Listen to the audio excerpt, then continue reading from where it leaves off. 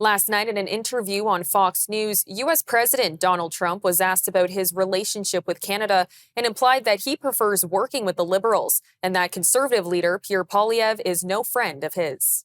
Much more. We have much more. I don't think so. Just so you understand, we subsidize Canada, and I like Canada. I love Canada. I love Wayne now Gretzky. The Liberal guy, I love his wife. The Liberal Party is going to win now in the next election, most likely.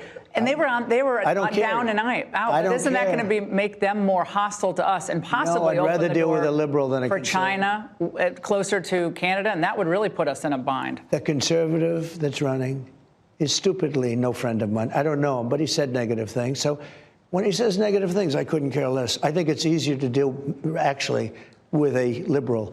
And maybe they're going to win, but I don't really care. It doesn't matter to me at all. So your end game is what with them? My end game is I don't want to have a big deficit. I don't want to see the United States of America, and you say 60 and I say 200, but it doesn't matter.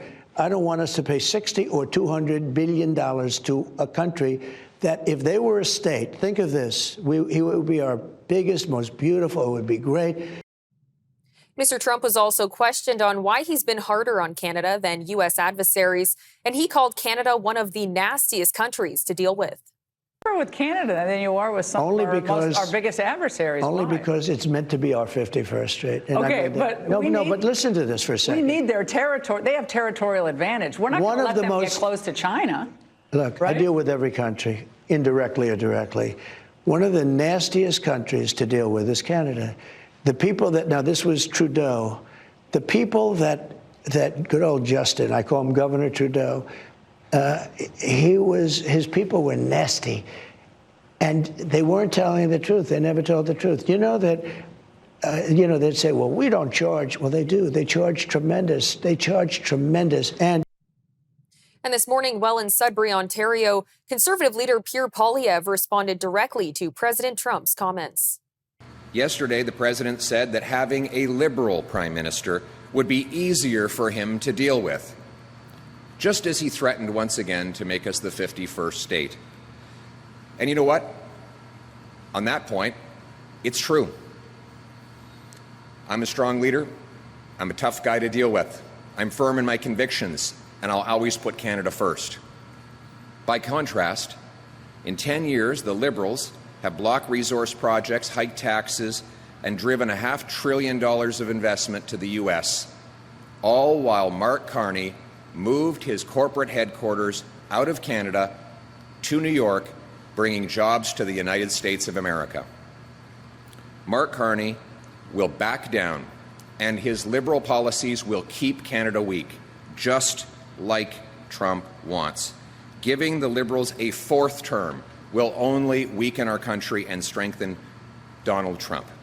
We need a strong, tough leader who will unleash our resources, cut taxes and red tape, build homes, and make our economy less reliant on the Americans to put Canada first.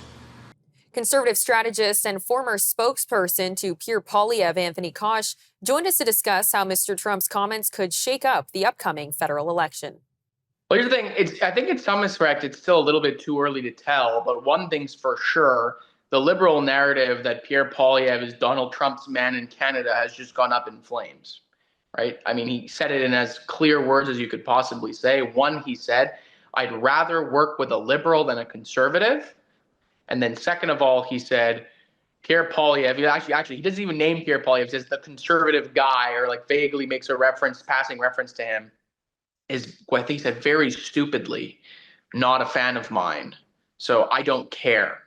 So I think if the Liberals were really planning on honing in on a campaign as painting Pierre Poilievre as being the MAGA lieutenant or lieutenant in good Canadian parlance in Canada, that's no longer going to be a viable option for them.